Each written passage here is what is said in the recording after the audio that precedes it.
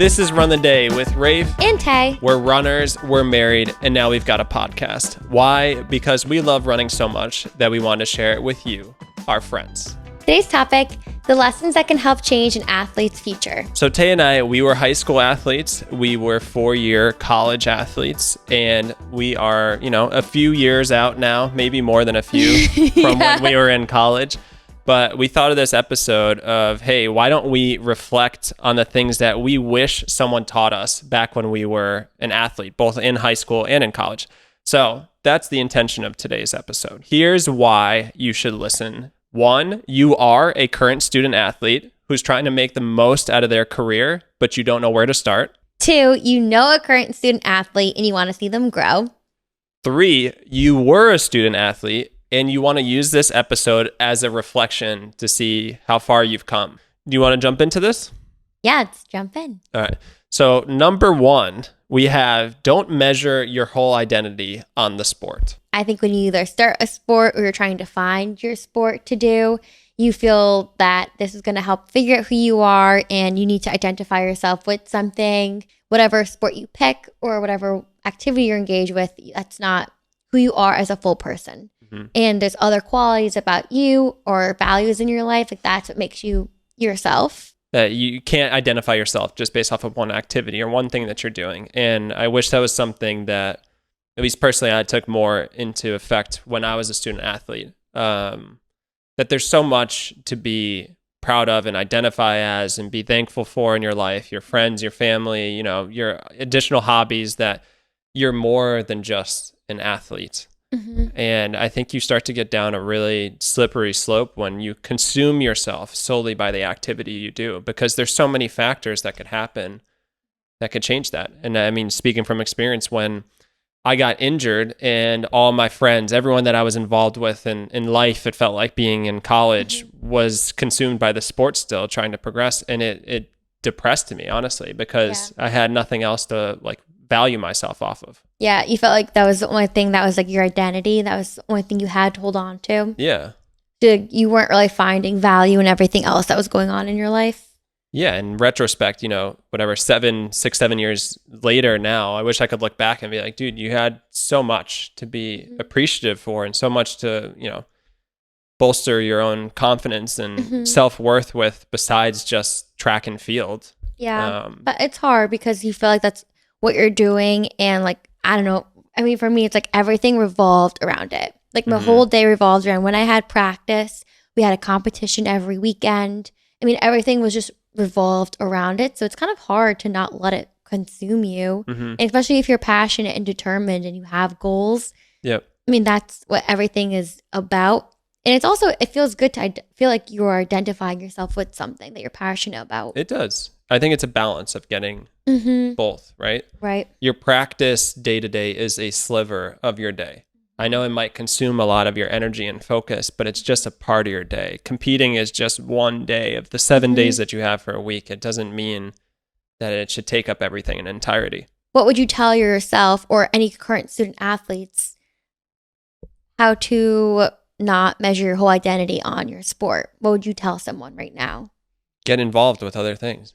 Get involved, not just, if you're in college with other activities like clubs or whatever that is, because I know that's hard as a student athlete to balance things. You can't really pick up anything else. You already feel overwhelmed, but you are at college to pursue an education, to immerse mm-hmm. yourself in the subject matter that you're learning, hang out mm-hmm. with your friends, maybe mm-hmm. even if it's people outside of the sport sometimes, mm-hmm. so you're not just always 24/7 in it. Spend time with your family, make sure, if you're away for school that you're going home and just getting a break from the sport, I think is a big thing, because in retrospect, it's not forever. It's not permanent. There will come a time where you're not doing the sport. There will be a time where you can't compete at the level mm-hmm. maybe you once were. And to base everything of yourself off of that, I think is dangerous. When we graduated and I wasn't doing the sport anymore, I felt very lost and purposeless. Yeah. And I was very confused of what I was supposed to be doing. And yes, I was working, but I still felt like there's a whole piece of me that was gone. Mm-hmm. So I do feel that when you tie your identity to one certain thing too much, it could cause some issues. Yeah.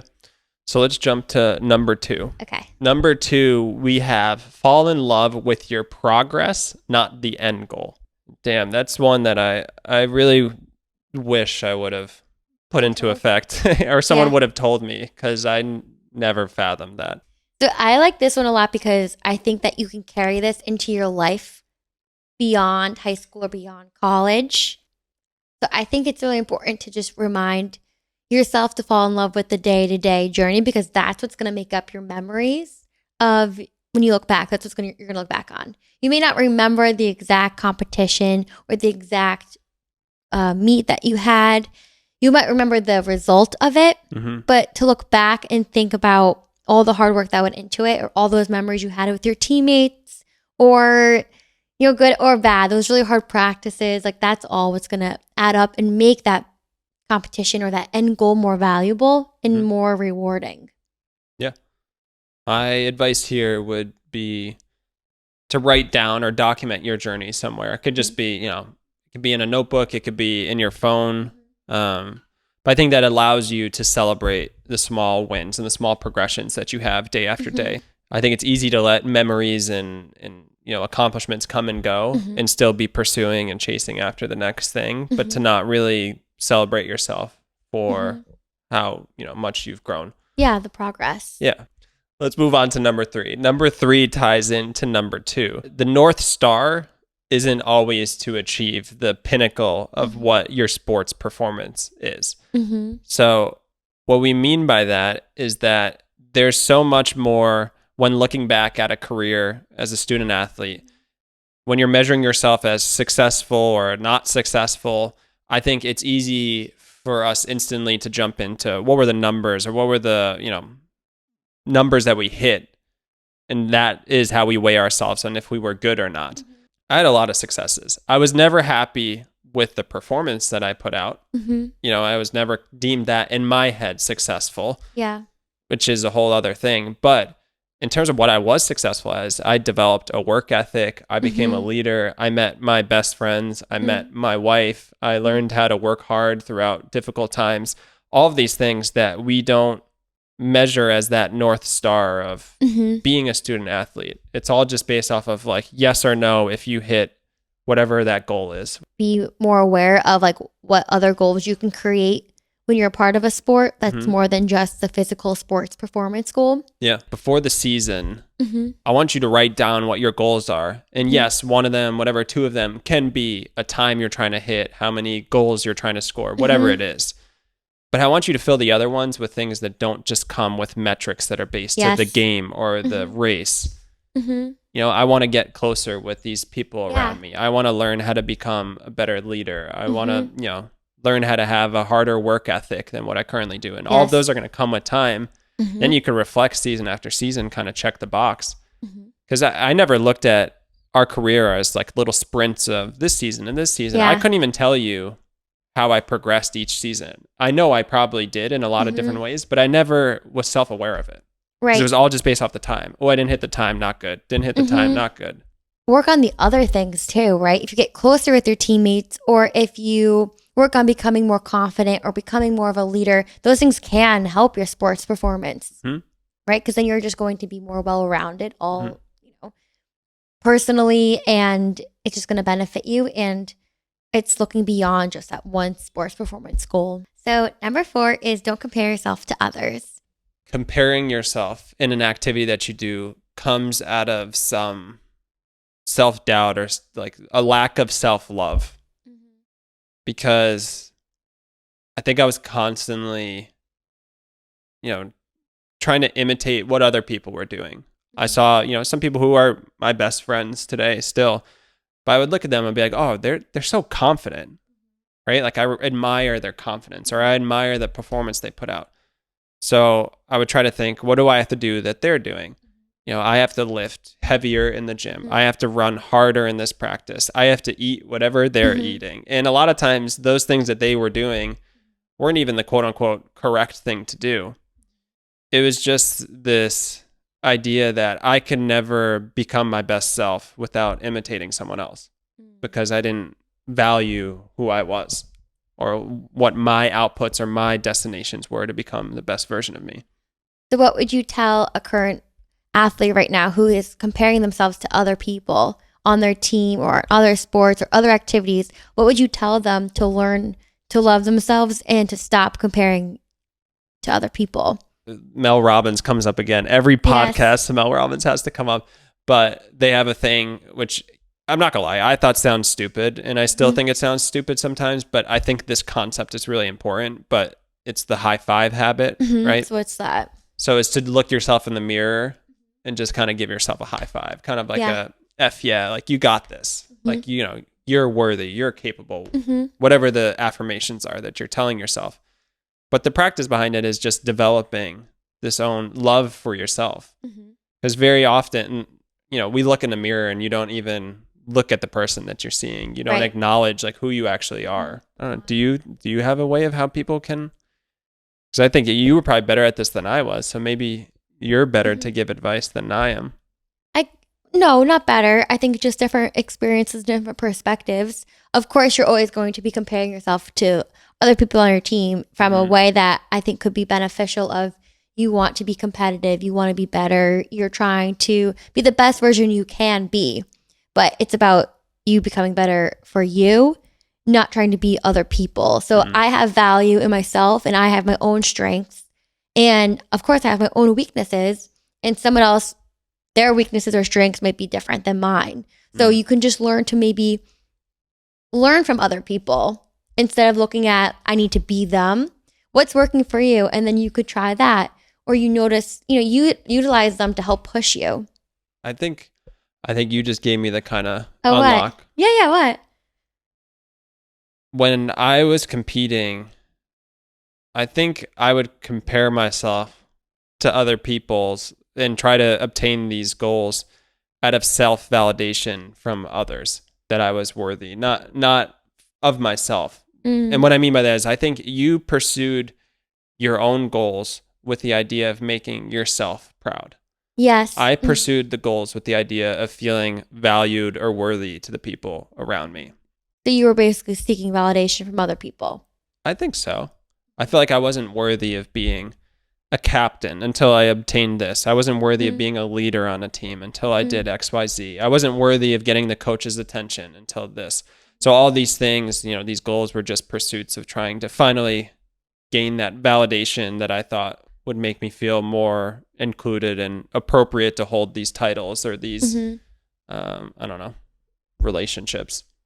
So you were setting standards, your own standards, trying to meet these things that no one else was setting except for yourself. Yeah, no one else. And to get to these standards, you felt like the only way to get there was to emulate other people on your team who may have been meeting those standards in your eyes. Yeah, for sure. So instead of looking for other people to fill those voids or trying to copy other people or be more like someone else, like how do you try to be a better you and improve your own self? Let's move to number 5 because again, no, not sorry, because these all go hand in hand. I feel like they flow into one another. So we're giving you 10 lessons, but each one flows into the next one. Yeah. So I think this is still on that topic. But number 5 is being mentally strong is as important, if not more important, than being physically strong. So I think confidence and mental strength maybe go hand in hand. Building yourself up mentally to whatever you feel like strong is helps you become more confident in yourself, which helps you stop comparing yourself to other people or stop seeking validation from outside factors because you have this own feeling of self-worth. And you know what's interesting? I feel like I did not have confidence when I was an athlete in college. I did not think that I could reach certain goals or I'd ever be able to do a certain time, run a certain race because I didn't believe in myself. It wasn't that I looked at other people and I thought that they were better than me. It was just, this is what the limit I thought I could get to. Like, this is the best I could be. But just you have to try to push past that and believe more into yourself. And I think that's where it kind of ties back to comparison, where you just were trying to look into other people and I just didn't look deep enough into myself. If I could relate the two experiences a little bit. Yeah. Validate your own self. Find value in what you're good at Because I'm sure you have strengths. And otherwise you wouldn't be on the team if you didn't. Mm-hmm. So figure out what you're good at and focus on that. In the areas of weakness, don't look at it as something or lacking in yourself that you need to compare yourself to other people. Look at it as something that you can work on, an opportunity. All right, let's go to number 6. Number 6 is don't value yourself off the attention level of your coaches. I feel that a lot of times transitioning from high school to college, sometimes the best athletes from high school that join the team, they have a little bit of a shock. So the dynamics change. So I was used to not being the best. So when I walked on in college, I'm an underdog. Like, this is what I'm working hard to get to. Yeah. So to get certain attention from the coaches, I was just used to not being like the number one priority. So it's really important that you don't base your confidence in yourself or your self-love on the attention of your teammates or your coaches.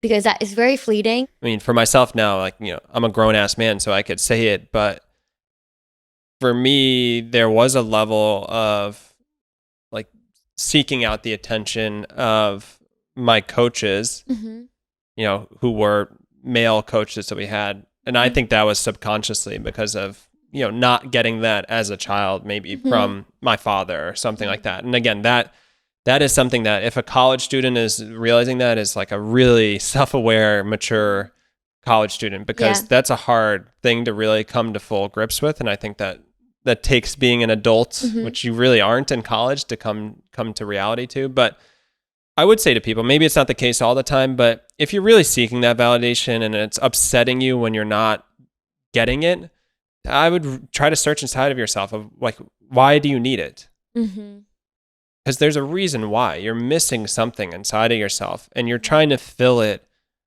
in the wrong place. Then maybe just like realize or appreciate where you're getting it from other places. Because I know my mom was proud as hell of me after every race, and she doesn't know what the hell the times are and anything like that. But like, I was neglecting or ignoring that. Or from you, I feel like we both were always supportive of one another and also my teammates.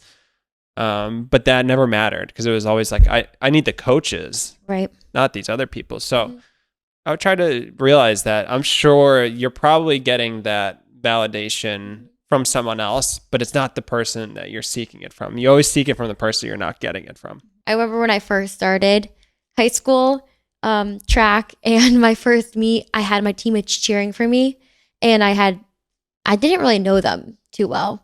I just joined so late. They all knew each other, and I was racing, and they were cheering for my name, like cheering me on, and I was shocked. I couldn't believe it.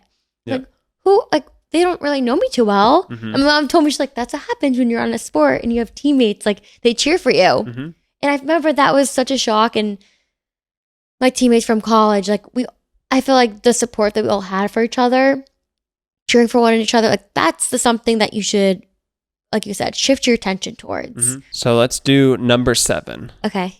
Number 7 is stay committed to your craft, but find a balance. I used to map out my day, like, per time. Like, wake up at this time, breakfast, homework, practice, homework. Like, you plan it all out. And I think that's benefited into going into this phase of our life. And now what's important is finding time to enjoy yourself. Yeah. And relax and maybe do something for yourself that isn't related to running or your sport or exercising. Give yourself time to enjoy yourself, whether that's with friends or by yourself.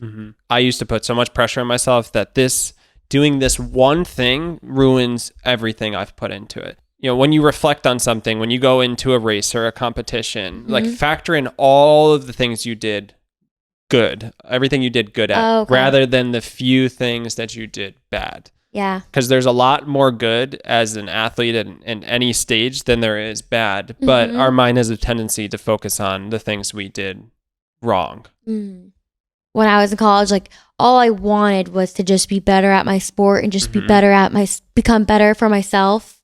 And, I had all these goals. I had like a whole board. You made it for me of all my dreams and everything. Yeah. And it's hard to, like, sometimes take a step back and stay up a little bit later and watch a movie with your roommates because you're like, I have to wake up early tomorrow. I have to get ready for practice. Like, I have a meet coming up. It's really hard to do that. So how do you allow yourself? Well, I think you allow yourself, but you can't let your bad habits become like, you can't let the bad things become so habitual that it's day after day. Got it. So you're saying it's a balance. Right? Yeah. It's almost like a reward system. And, if I do 80% good this week, then I'm allowed to give my 20% bad. 8, we have, don't be afraid to question things when they don't feel right. So this could go in many different directions, but I want to take it from this perspective that as a student athlete, it is easy to conform to what everyone else is doing.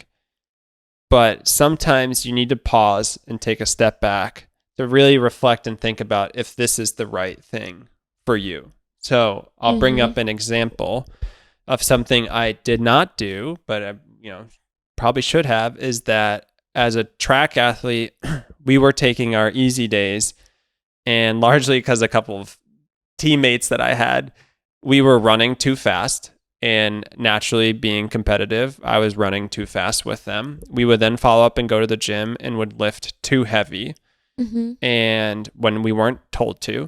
So it's easy to blame the coaches for not saying something, but you are accountable for yourself. No matter how amazing a coach is or a teammate, no one understands what you are feeling except yourself. Right. So how can you expect other people to make the decision for you? It's impossible. You need to become self-aware of how you feel, and you need to say something when it's not right. Yeah, just be accountable for yourself. Nobody's a mind reader. No. Maybe some people are mind readers. That's TBD. So number 9 is to treat each day like it's your last. And I know that sounds dramatic, but what I mean by that is to always give it your all. So I think when you are committed to doing a sport over the course of 4 years or so, you just look at it as this very long journey. And of course, you're going to have like phases of feeling maybe burnt out or tired. And you're like, oh, I can't wait for practice to be done. Oh, I can't wait for this meet to end. Oh, I can't wait for this game to be over. You're going to have those moments. And it's important to remember that each moment is very valuable. And you never know, unfortunately, what could happen next. You don't know if you're going to get injured. Your season could be cut short. I mean, think about all those athletes that went through COVID and their season just shut down. They couldn't compete. You don't really know what it's like until it's gone. I know it sounds, I'm not trying to be like sad or dramatic. I just remember a lot of times I would feel tired. I'm like, oh, I can't wait, we have like 1 meet left. I can't wait for the season to be done and take a break. Then all of a sudden you keep having that mentality and then you have 1 meet left. And it's the last time you're going to be racing on a track with your teammates, with your friends. And it hits you like, oh my gosh, I can't believe it. So give it your all. Don't just always expect, oh, there's always next time. And if I could say one little personal story here that really like emphasizes this, this piece of advice is that I remember specifically racing at a conference meet. And I remember mid-race, I was very tired. And it was my first time like up to possibly be on the podium. And I was so excited. And it was our junior year and it was indoor. And one of the girls passed me around the corner. And I just felt like a gut punch, like, oh my gosh, like I'm not going to get up there and get a medal. There's always next year though.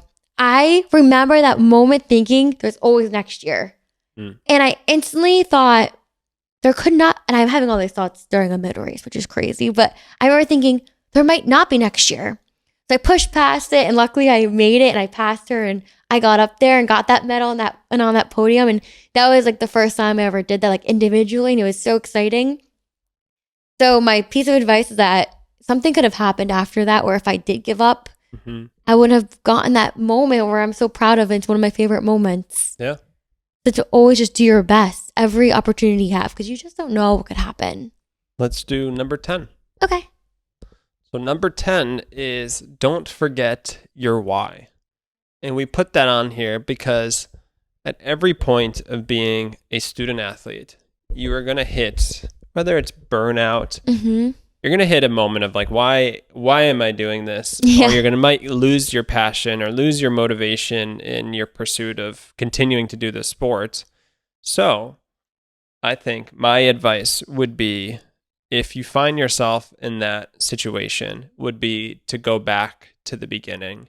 I fell in love with running when I was in a local trail in my town, running with my teammates, and we're just like surrounded by nature, and it just like was the coolest place, and I would always look forward to doing these runs. And sometimes I think it took me years later when we now picked up running again, but to go back to that place and be like, damn, this is the spot where I fell in love with this activity. This is where I wanted to do this day in and day out.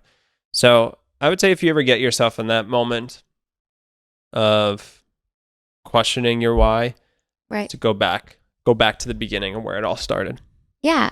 And I could add a little something to that, is to write down the why behind your goals.